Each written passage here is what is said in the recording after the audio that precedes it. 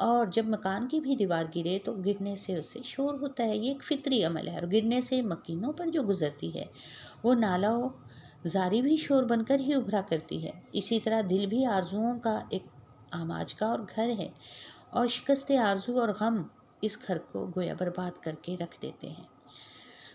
شاعر کہہ رہا ہے کہ میرے دل میں شور بلا وجہ نہیں ہے، یہ شور دراصل ان ناتمام حسرتوں کا ہے جو خواہشوں کی دیوار تلے دب چکی تھی، اور یہ شور ان فریادوں کا ہے جو شاعر کے شکستہ دل سے بلند ہوئی۔ اس لیے شاعر اس شور اٹھنے کو بے سبب نہیں کہتا۔ میر تقی میر نے اسی مضمون کو کچھ اس طرح سے اپنے شعر میں بیان کیا ہے: دل سے رخصت ہوئی کوئی خواہش، گریا کچھ بے سبب نہیں آتا۔ گویا جب بھی کسی آرزو کا خون ہو تو فریاد بلند ہوتی ہے، چاہے وہ شور کی صورت میں، رونے دھونے کی صورت میں، اور جب انسان روتا ہے تو صرف آنسو نہیں بہاتا، بعض اوقات آہوزاری ماتم بھی کرتا ہے۔ آرزو اور آرزو کے بعد خون آرزو، ایک جملے میں نہا ہے داستان زندگی۔ آرزو کی دنیا آباد ہو تو دل کی دنیا بھی آباد ہو جاتی ہے، اور دیوار کے گرنے سے، اور جب یہ آرزویں پوری نہیں ہوتی تو دل کی دیواریں ڈھہ جاتی ہیں، اور ان کے ڈھہ جانے سے شور تو ہوگا۔ تو یہی بات ناصر کاظمی نے اپنے شعر میں کہی ہے۔ اب تیسرا شعر ہے اس غزل کا: بھری دنیا میں جی نہیں لگتا، جانے کس چیز کی کمی ہے ابھی۔ اس شعر میں ناصر کاظمی جو کہ ایک تنہا بے نوا شاعر ہے، اور ان کا المیہ یہ تھا کہ کسی نقاد نے ان کے حوالے سے کہا تھا کہ ناصر ایک ایسے مہاجر ہیں جن کا مسئلہ مکانی آباد کاری نہیں، جذباتی آباد کاری ہے۔ تو یہی جذباتی بے آباد کاری کا تذکرہ کرتے ہوئے وہ کہہ رہے ہیں کہ دنیا بھری پوری ہے، لیکن اس بھری پوری دنیا میں میرا دل نہیں لگ رہا، اور اس دل نہ لگنے کی وجہ یہ ہے کہ شاید کوئی ایسی چیز ہے جس کی کمی مجھے پتہ تو نہیں، لیکن ضرور ہے، کمی ضرور ہے۔ اب اس شعر میں شاعر اس حقیقت کی طرف اشارہ کر رہا ہے کہ اگر انسان کا دل اداس ہو تو ساری دنیا ہی ویران نظر آتی ہے۔ دکھ اور سکھ کا تعلق گویا انسان کے دل سے، اور یہ حقیقت ہے، باہر کی دنیا سے نہیں، اور ہم یہ ہزارہا بار آزما چکے ہیں، مشاہدہ کر چکے ہیں کہ انسان کے باہر کی دنیا اس کے دل کی دنیا پر منحصر ہوتی ہے۔ اگر دل خوش ہو تو خزاں کی افسردگیاں بھی انسان کو اداس نہیں کر پاتی، اور اسے ہر طرف بہار ہی بہار دکھائی دیتی ہے۔ لیکن اگر انسان کا دل اداس ہو تو بہار کی ساری رنگینیاں مل کر بھی اسے شگفتہ اور تر و تازہ نہیں کر سکتی، اسے ہر طرف خزاں ہی اتری دکھائی دے گی، ہر رنگ بے رنگ دکھائی دیتا ہے۔ پھر چونکہ دل کی شکستگی کسی محبوب عزیز شخصیت کے تصور اور رعنائی سے عبارت ہے، اس لیے یوں لگتا ہے کہ جیسے شاعر اپنے محبوب سے جدا، اپنے دوست سے جدا ہو چکا ہو۔ اس جدائی کے بعد بھی اگر رونق سے بھری پری دنیا ہے اور اس میں وہ رہ رہا ہے، لیکن اب اس کے لیے سب رونقیں اور روشنیاں بے معنی ہیں۔ گویا دنیا اس کے لیے اندھیر ہو چکی ہے۔ اس کے دن رات جس رنگین تصور سے رنگین تھے، اور وہ تصور اور خیال اس کی دنیا سے رخصت ہو چکا، اب وہ تنہا اور لاچار ہے۔ اس کی زندگی میں خزاں کا موسم ٹھہر گیا۔ اسی مضمون کو غالب نے کچھ اس انداز میں بیان کیا تھا: تھی وہ ایک شخص کے تصور سے اب وہ رعنائی خیال کہاں۔ چونکہ دل کی دنیا اجاڑ ہے، تصور کی رعنائی سے بھی خالی ہے، اس لیے بھری دنیا میں ایسا بنجر ویران دل اداسی پزمردگی کی علامت بنا رہتا ہے۔ یہ شعر عالم جدائی میں غمزدہ دل کی ایک جامع تصویر پیش کر رہا ہے کہ دنیا تو اپنے انداز اور رنگ ڈھنگ کے ساتھ رواں دواں ہے، وہ ہر لحاظ سے خوبصورت، دلکش بھری ہے، وہ جو ہے اس میں بے رنگینی کی کیفیت نہیں ہے، لیکن میرا دل اداس ہے کیونکہ کسی شے کی کمی ہے۔ صوفی تبسم نے کچھ اس انداز میں اس مضمون کو آگے بڑھایا ہے: 100 بار چمن مہکا، 100 بار بہار آئی، دنیا کی وہی رونق، دل کی وہی تنہائی۔ اور اگر دوسری طرف ہم دنیا داری کے حوالے سے شعر کو دیکھیں تو خود غرضی نے آج کے انسان کو انسانوں سے دور کر ڈالا ہے۔ خلوص ڈھونڈے سے نہیں ملتا، محبت خواب ہو گئی، جدھر دیکھو ریاکاری کا زہر ہے۔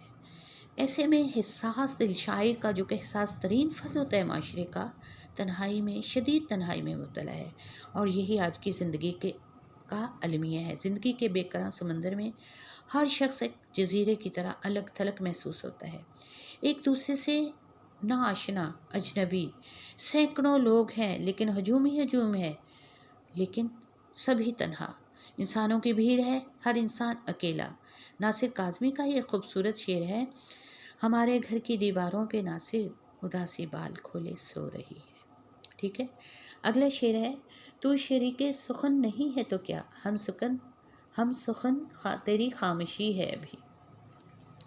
اس شعر میں ناصر کاظمی جو ہے کہہ رہی ہیں کہ خیالوں ہی میں اکثر بیٹھے بیٹھے بسا لیتا ہوں ایک دنیا سہانی. یا وہ جو کہا تھا ہے آدمی، وہ غالب نے کہا تھا، ہے آدمی بجائے خود محشر خیال، ہم انجمن سمجھتے ہیں تنہا ہی کیوں نہ ہو. یہ سارے شعر اسی سے میل کھاتے ہیں. یہی مضمون مختلف شعراء نے اپنے اپنے انداز میں اپنی اپنی تنہائی اداسی کو بیان کیا ہے.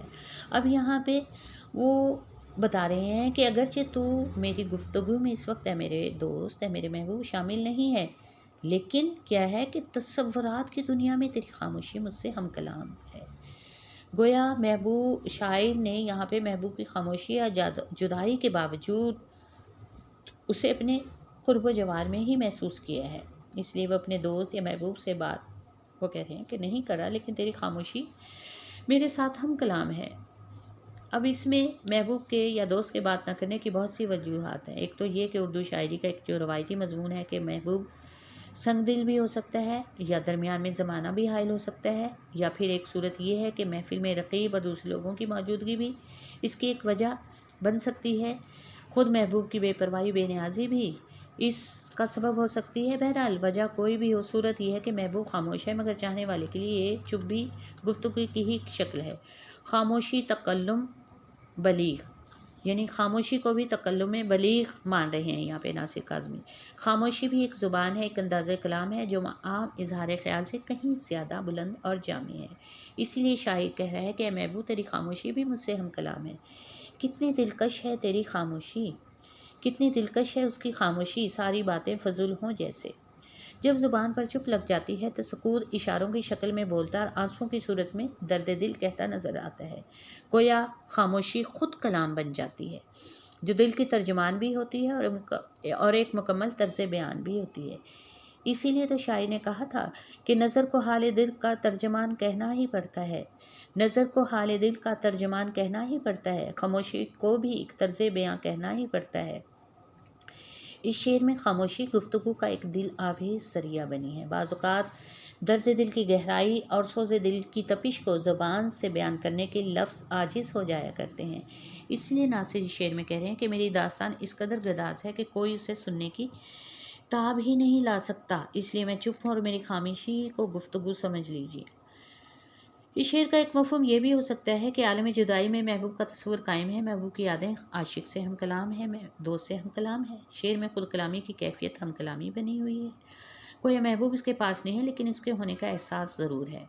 دراصل اس حقیقت کی طرف شاید توجہ دلانا چاہتا ہے کہ انسان اکیلا ہوتے ہوئے بھی اکیلا نہیں ہوتا، یادیں ہمیشہ اس کے ساتھ ہی رہتی ہیں.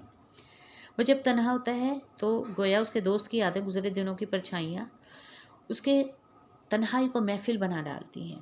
اسی لیے شاعر کہہ رہا ہے کہ اے محبوب اگرچہ تو میرے پاس نہیں ہے، اے میرے دوست تو میرے قریب نہیں ہے، لیکن تیری یادیں مجھ سے ہم کلام ہے. خواہ مومن کا بڑا خوبصورت شعر جس پر غالب نے اپنا دیوان دینے کی پیشکش کی تھی. تم میرے پاس ہوتے ہو گویا جب کوئی دوسرا نہیں ہوتا. مختصر یہ کہ تصور کی خاموشی اپنے اندر ایسی رانائی لیے ہوئے ہے کہ اس پر گفتگو کی ہزاروں ادائیں نثار ہو سکتی ہیں. عام حالات میں شاید محبوب موجود ہوتے ہوئے بھی بات کرنا پسند نہ کرے، لیکن تنہائی اور تصور کا معجزہ ہے، اعجاز ہے کہ محبوب موجود نہیں ہے، مگر مسلسل اپنے چاہنے والے کے ساتھ گفتگو میں مصروف ہے. جب بھی یہ دل اداس ہوتا ہے جانے کون آس پاس ہوتا ہے. ٹھیک ہے. 5واں شعر ہے، یاد کے بے نشاں جزیروں میں تیری آواز آ رہی ہے ابھی. اس شعر میں وہ بتا رہے ہیں کہ یاد کے مٹ جانے والے جزیروں سے مجھے تیری آواز ابھی تک آ رہی ہے. اس شعر میں اپنی کیفیت شاعر بیان کر رہا ہے کہ آج بھی مٹ جانے والے جزیروں سے اپنے محبوب کی آواز سنائی دیتی ہے. اے محبوب یاد کے بے نشاں جزیروں سے تیری آواز دم بدم لمحہ بلمحہ آ رہی ہے. گویا تیری دوری، تیرے بعد نے تیری یاد کو کم نہ کیا اور نہ ہی تیری آواز مدھم ہوئی. میرا دل آج بھی تیری یادوں سے آباد ہے. تیری یاد روح کا قرار ہے، تیری آواز سماعت کے لیے جنت ہے. یاد ایک ایسی کنچی ہے جس سے وہ اپنے ذہن کے در بند یا زنگ آلود قفل قفل کھولتا ہے ناصر کاظمی، اور یاد ایک ایسی چیز ہے جس کو اپنی شاعری کا باقاعدہ موضوع بناتا ہے۔ اردو کے اولی شاعر ولی دکنی کا سادہ سا شعر اپنے اندر تصور اور یاد کا ایک حسین جہان اور ایک حسن لیے ہوئے، جس کی بہار کو کبھی خزاں نہیں آ سکتی۔ یاد کرنا ہر گھڑی اس یار کا، یاد کرنا ہر گھڑی اس یار کا، ہے وظیفہ مجھ دل بیمار کا۔ ناصر کاظمی نے یاد کے بے نشان جزیرے کہہ کر ماضی کی رعنائیوں کے ساتھ ساتھ گویا حال کی محرومیوں کا بھی ذکر کر دیا ہے۔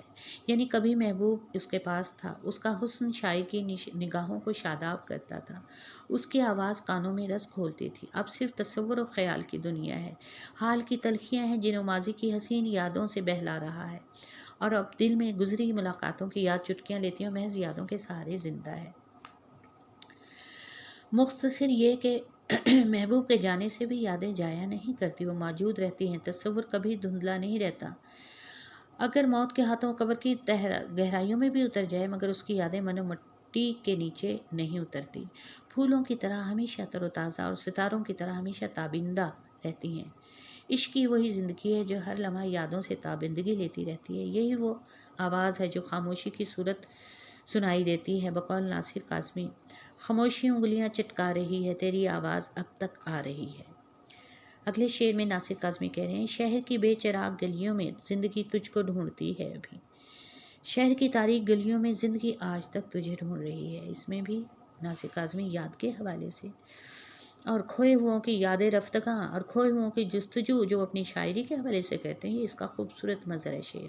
اس شعر میں ناصر رات کی تنہائیوں میں کھو جانے والوں کو تلاش کر رہا ہے۔ وہ کہتا ہے کہ محبوب تجھے گئے گزرے زمانے ہو گئے، بے چراغ گلیوں میں اور رات کی تاریکیوں میں تجھے صرف اور صرف تجھے تلاش کر رہے ہیں۔ ناصر کاظمی نے لفظ ابھی استعمال کیا جس کا مطلب ہے کہ اب تک، کہ یہ جانے کے باوجود کہ تو نہیں ملے گا، یہ سمجھنے کے باوجود کہ تو جانے کے بعد کبھی نہیں آئے گا، ہم تجھے آج بھی ڈھونڈ رہے ہیں۔ ناصر کاظمی کا ہی شعر ہے، کون اس راہ سے گزرتا ہے، دل یوں ہی انتظار کرتا ہے، شہر کی گلیوں کے چراغ بجھ چکے، اندھیرے چاروں طرف منڈلا رہے ہیں، مگر نہ ہماری تلاش میں کوئی کمی اور نہ ہماری یادوں کے چراغ مدھم میں۔ تمہاری یاد کے چراغ دل کے ویرانوں میں روشن ہیں، ہم انہی چراغوں کی روشنی میں تجھے ڈھونڈ رہے ہیں، تیری یاد بھی پرکیف، تیری تلاش بھی پر لطف، اس یقین کے باوجود کہ اب تیرا ملنا ناممکن، پھر بھی وقت کے پہاڑ لمحوں کو کسی نہ کسی طور تو کاٹنا ہی ہے۔ داغ دہلوی نے کہا تھا، تیری یاد ہے یا تیرا تصور، کبھی داغ کو ہم نے تنہا نہ دیکھا۔ گویا جدائی بذات خود ایک عذاب ہے، انسان بچھڑ جاتا ہے، لیکن جدائی ایسی بے قراری ہے اور ایسی بے چینی ہے جو عاشق کو کسی طور چین لینے نہیں دیتی۔ دوسرا معاملہ کہ ناصر جو ہے ایسا شخص ہے جو رات بھر ماضی میں کھویا رہتا ہے، ایسے شخص میں ماضی کی طرف بے چینی بہت ہوتی ہے، اس لیے اس کے بارے میں یہ مشہور ہے ناصر کاظمی کہ رات بھر شہر کی گلیوں میں آوارہ پھرتا ہے، شاید اس کی بے چینی کھو جانے والوں کو تلاش کرتی تھی، اور شاید یہی تلاش اس کی بے چینی بے قراری کو سکون دیتی ہے۔ مختصر یہ کہ شاعر محبوب کے چلے جانے کے بعد بھی اسے شہر کی بے چراغ گلیوں میں اب تک ڈھونڈتا پھر رہا ہے اور اس تلاش میں کیف محسوس ہوتا ہے، یعنی محبوب کی تلاش لا حاصل صحیح لیکن پھر بھی جاری ہے۔ دھیان کی سیڑھیوں پہ پچھلے پہر کوئی چپکے سے پاؤں دھرتا ہے، ناصر کاظمی کا شعر ہے، ٹھیک ہے۔ مقطع کے شعر میں ناصر کاظمی کا کہنا ہے، وقت اچھا بھی آئے گا ناصر، غم نہ کر زندگی پڑی ہے ابھی، اے ناصر غم نہ کر، کبھی تو وقت اچھا آئے گا۔ اس سے پہلے ناصر کاظمی نے ہر شعر میں تقریباً دور حاضر کی تلخیوں دکھوں کا اظہار کیا ہے، وہ کہ ایسے عہد کی نشاندہی کرتے ہیں جس میں حبس گھٹن تنگی کا احساس ہے۔ اس شعر میں شاعر نے امید کا احساس دلایا ہے کہ وہ مایوسی درست نہیں۔ بقول احمد ندیم قاسمی، شاید خوشی کا دور بھی آ جائے اے ندیم، شاید خوشی کا دور بھی آ جائے اے ندیم، غم بھی تو مل گئے تھے تمنا کیے بغیر، وقت بدلتا ہے یاس کے ساتھ آس، امید کے ساتھ نا امیدی لگی ہے، کون سی خزاں ہے جس کے ساتھ بہار نہیں ہے، ہر خزاں کے غبار میں ہم نے کاروان بہار دیکھا ہے۔ زندگی کے بارے میں دو نقطہ نظر ہیں، ایک زندگی کے مثبت پہلو، دوسرا منفی، ایک رجائیت اور دوسرا قنوعیت۔ اس شعر میں رجائیت یعنی امید کا پیغام ہے کہ اچھا وقت آنے والا ہے، غم کی ضرورت نہیں، ابھی وقت بہت ہے، اس لیے بھلے وقت کا انتظار کرنا چاہیے، اس لیے کہ اللہ تعالیٰ نے تاریکیوں کے دبیس یعنی موٹے پردے سے پردوں کو پھاڑ کر سورج کی کرنوں کو نکالنا ہے۔ نکالتا ہے اور اجالوں کو اچھالتا ہے، تاریکی کا کام ہی غائب ہونا ہے، رات کٹنے والی ہے، آسماں ہوگا سحر کے نور سے آئینہ پوش، اور ظلمت رات کی سیما پا ہو جائے گی۔